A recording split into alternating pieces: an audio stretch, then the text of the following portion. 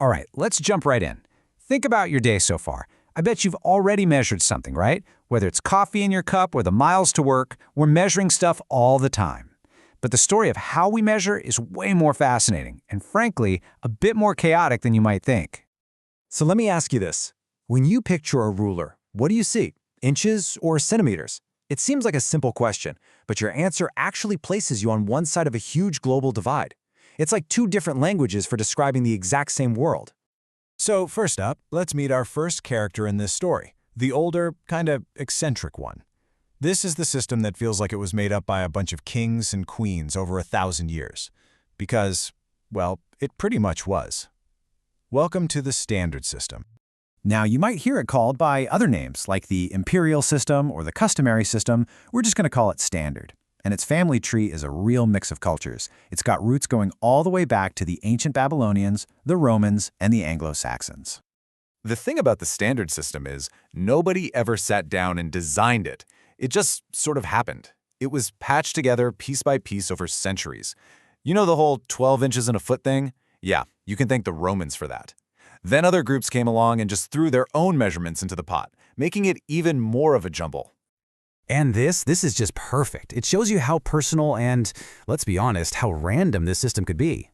The legend goes that King Henry I just declared a yard was the distance from his nose to his thumb.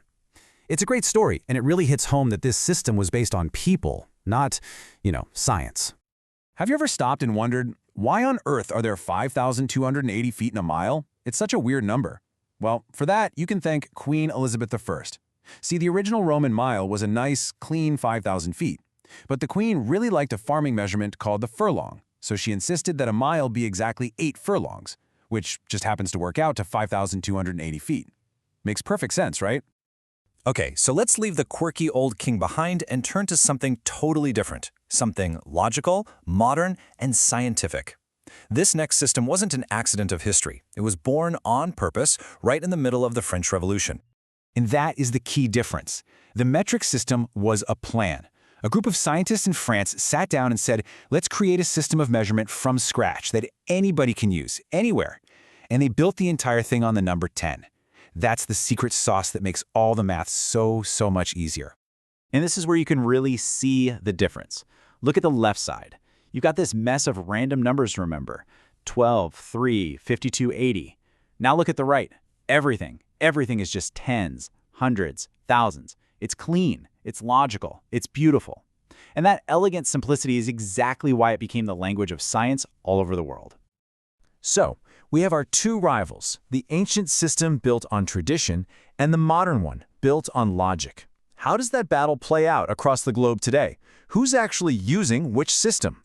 The answer is probably not what you're expecting. Out of all the countries in the world, the number that officially uses the old standard system is, well, it's just 3. And there's the list. The United States, Liberia, and Myanmar. That's it. It's kind of startling when you see it like that, right?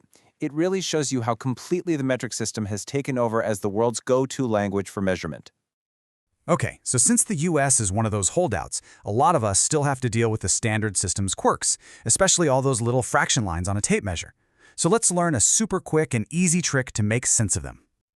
All right, watch this. It's actually really simple. Let's say you measure something and it's 8/16 of an inch. All you have to do is keep dividing the top and bottom number by 2. So 8/16 becomes 4/8. Do it again, it's 2/4. One more time, and you get 1/2. The top number is 1. That's odd. So you stop. You're done. 8/16 is just a half inch. See? Let's do another one, even faster this time. What if you measure 14/16? Okay, divide the top and bottom by 2, you get 7/8. Is the top number 7 odd? Yep, so you're already finished. That was quick. It's just a little trick to help you navigate this wonderfully weird system. So that brings us right back to the beginning. We've got the historic, sometimes chaotic, standard system and the logical, scientific, metric system. They both get the job done, but they speak completely different languages. And it makes you wonder, in a world that's more connected than ever, does it still make sense to have two different ways of measuring it all? That's something to think about.